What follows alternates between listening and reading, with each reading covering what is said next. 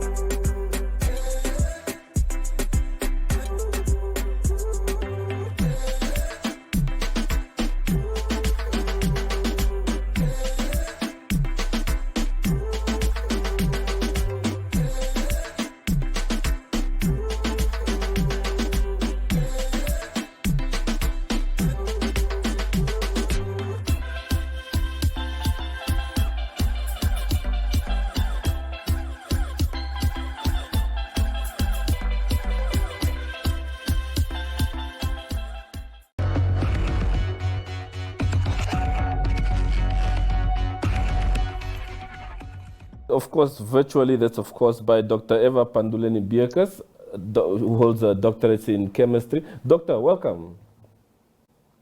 Hi there, Matthias. How are you? Very well, very well. It's a pleasure to have you here. Thank you.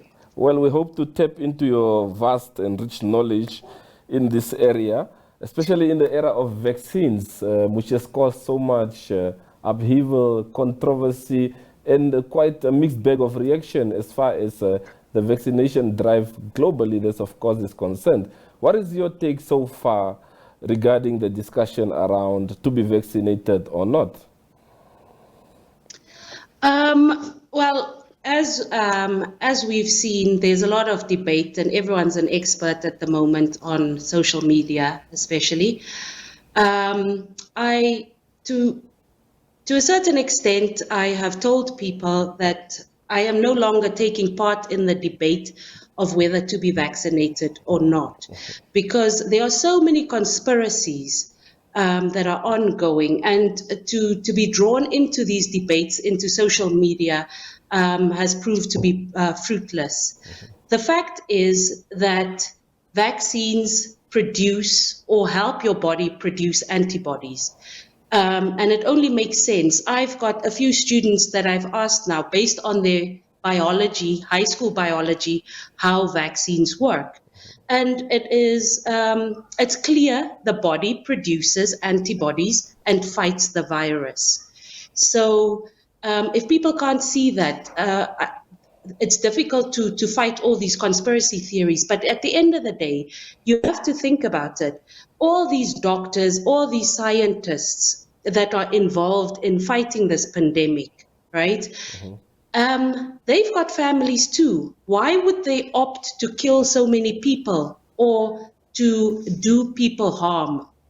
I have a family, I have children. I would never invent something or create something that would do my kids harm. Now, there are perhaps people that do that, but it's a very small minority. So for us to think that the vaccine is a big killing machine, it would mean that thousands and thousands of health professionals and thousands of scientists are in this together, trying to wipe out the world. So somewhere there should be a leak, and it just doesn't make sense. Yeah. Of course, one of the biggest tools used by, if I may call them, skeptics, is that why then should someone get vaccinated if you still say that that vaccine doesn't stop you from contracting the virus? Okay. The answer is quite simple. We've seen that, especially now with the latest figures here in Namibia, young people are dying as well. Not that it's okay for older people to die, but previously we thought it was just the older, more vulnerable people. And to a certain extent, that is still true. But the thing is, we don't know if we get the virus, how our bodies will react to it. So it's kind of playing Russian roulette with your health. You can be very sick. We've lost a lot of brilliant people. Look at the mayor of Rehoboth who just started out. He was a young fella. He had so many plans ahead of him, but COVID took him away from us. There's a lot of a lot of people in Namibia now that have been taken away too soon by this virus. So, to the skeptics, I say, yes, you can perhaps survive the virus. The chances are greater of surviving the virus than not, but you just don't know.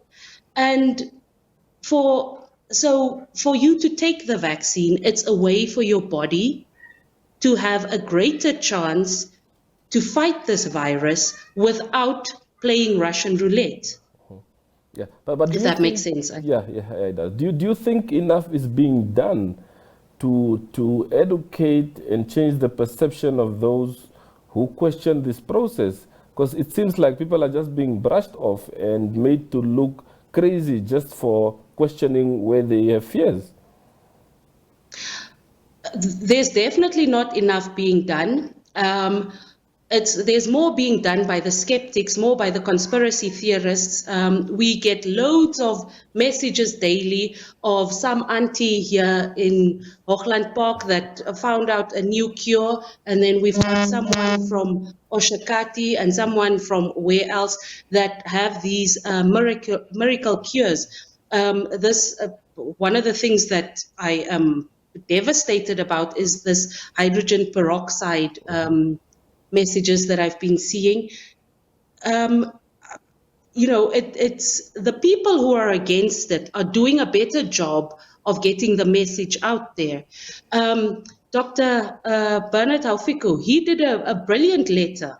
That's the first time I've seen it. I've been saying that medical doctors and us scientists, we should make an effort to educate people, and not educate people by saying, I am telling you to take the vaccine. Not telling people this is, like speaking over their heads. Dr. Haufiku broke down the process of which vaccine, how the vaccines work, and how his knowledge of the vaccines developed over this time. And he did it in such a beautiful way that it makes sense to each and every one. Yeah. So I think there should be a conscious effort by especially health professionals and the Ministry of Health to educate people. Because people can make educated decisions. Yeah. But if I just say, go take the vaccine, don't be stupid, I am being condescending.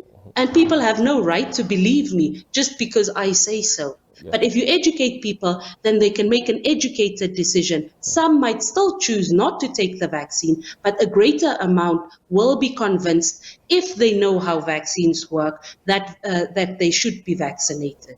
Yeah. Of course, we have the issue of new strains coming up daily. Some people are asking, how are these vaccines going to counter these new strains? Maybe from a scientific background that you come from, how would you explain this to the public and break it down? Right. So the efficacy or the efficiency, how well the vaccine works, might decrease with the new strains, because what the new strains are basically slight mutations, in the sense that there's slight changes on the virus, so it doesn't exactly look like its parent. And as it goes on, more and more variants will be showing up. I think there's a new one, Lambda, now that's been identified in South America. But these changes are so small, or they still have similarities to the original virus. So immunity doesn't work you have no immunity from 0 to 100% immunity, right? If you are vaccinated, then your body gets, there's the different technologies, but if we take Sinopharm, for example, it's an inactivated virus. So it's similar to the coronavirus that infects us, but it's been deactivated. It's been killed, so it cannot make you sick. Yeah. So your body builds up because your body sees it as something that it doesn't want in your body. It's a virus that comes in and your body starts making antibodies. So this was now for the initial strain that was identified in 2019, at the end of 2019. But your body builds up an immune system to fight that virus. So now these new strains are coming in. They are not, even though they are different and modified from the first one, it's better to have some resistance. Your body can fight that. Yeah. Instead of starting from scratch and a completely new virus enters your body, which your body has not encountered before. So even if efficiencies or the efficacy of these vaccines decrease slightly, they are still helpful. And even if you have been sick, if you have recovered after a while, with coronaviruses, our immunity decreases. So when you get a vaccine again, your body is alerted. There's a new virus entering my body, and it boosts your antibodies again, which helps you fight this. And that's why they say, even if you have been ill, please go get vaccinated again. Yeah. Of course, some would ask, but then in terms of efficacy, we see the manufacturers pushing, but cannot reach that 100% mark. What is happening in these labs? Why can't they reach the top level? That would give people that certainty to say, I'll be 100% safe, so let me take this vaccine. But, okay, the aim should not be 100% safety. The aim should be not to die. The vaccine works. It's driven down the mortality rate. I think in the UK, if I'm not mistaken, it is now below 0.1%, which means it's considerably gone down. I don't know what it was before, but if you looked at the CFR, at some point, the CFR is the confirmed fatality rates in comparison to the number of people that have been infected. At some point, it was above 10%. Yeah. Now, obviously, I'm not going to go into the maths of that, but the fatality rates have been driven down to 0.1%, which is amazing. Yeah. It means that a lot less people are dying of this. So it's not so much that we shouldn't aim for not getting the virus, but we should aim that less people should die. And the vaccines have proved very, very effective in that.